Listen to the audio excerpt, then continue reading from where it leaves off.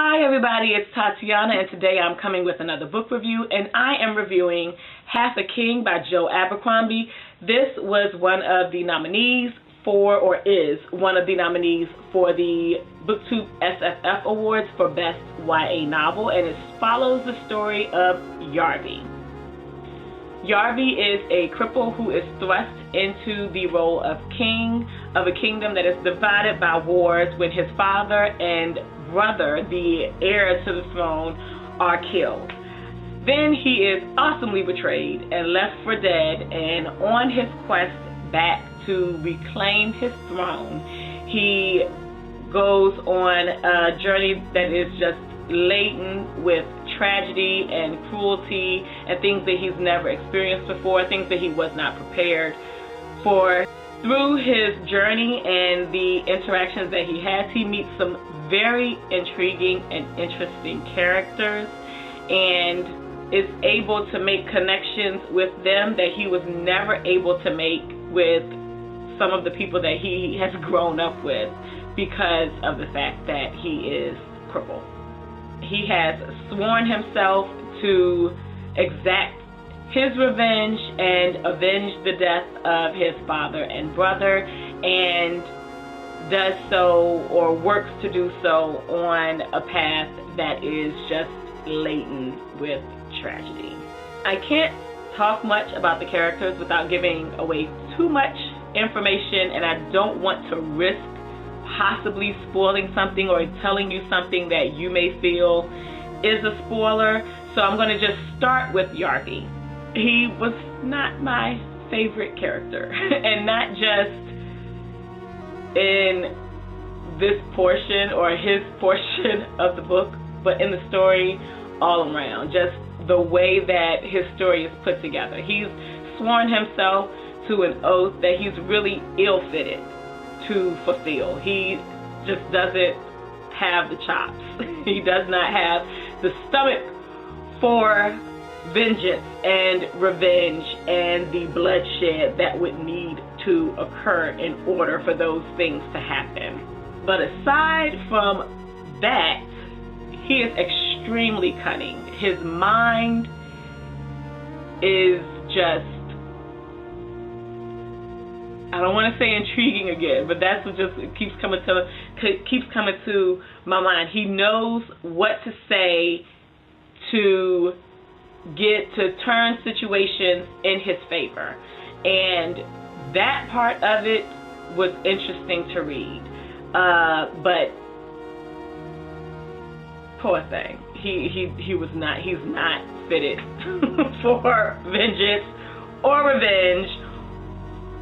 None of that. But the inner workings of his mind were very fun to read. But I found myself ready to move on.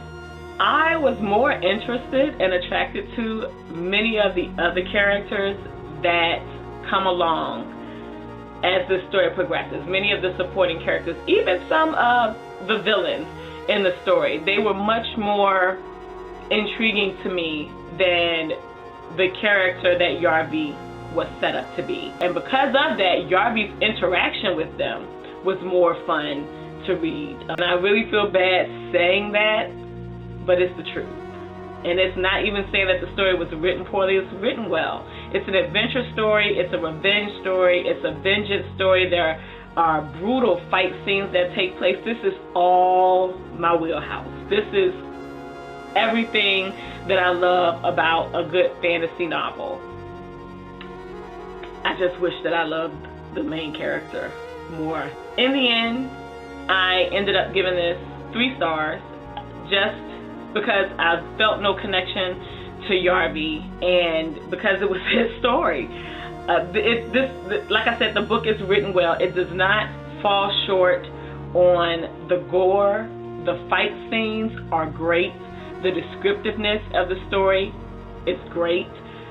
A lot of it just felt hollow because I just felt no connection to Yarvie. I was more concerned about Yarvie when he was interacting with some of the other characters than I was when it was just Yarvie as himself. But when Yarvie was describing some of the fight scenes that took place, then he was my dude, because that was awesome. And also when he's using his powers of persuasion, his mental cunning, the way that his mind works, as I said, was really a joy to read. And so those things were high points, and that is why it's a 3-star novel as opposed to a 2-star. If it was a main character that I couldn't connect to, that wasn't well written, or even if it was well written but the other characters I didn't enjoy, this would have been a 2-star novel. So thank goodness for the other characters in the story, because they certainly pulled this up a notch. I would be interested in reading the next story in line for this. I think it's called Half a Kingdom.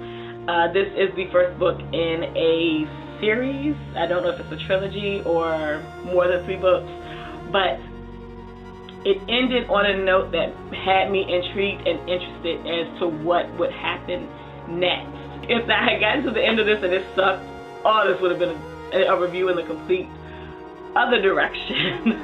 I have not looked at the discussion that's been going on with the Goodreads group for this, because this was one of the books that was selected for the read-alongs for the month of August. But now that I have finished it, I will go look at some of the discussion to see if other people felt the same way that I felt as far as the connection to Yarby, or if they felt different, and yeah, just see how that went for some other readers. But yeah, that's all that I have to say about that. And thank you for watching, and I hope you all have a good weekend whenever you see this video. Peace out.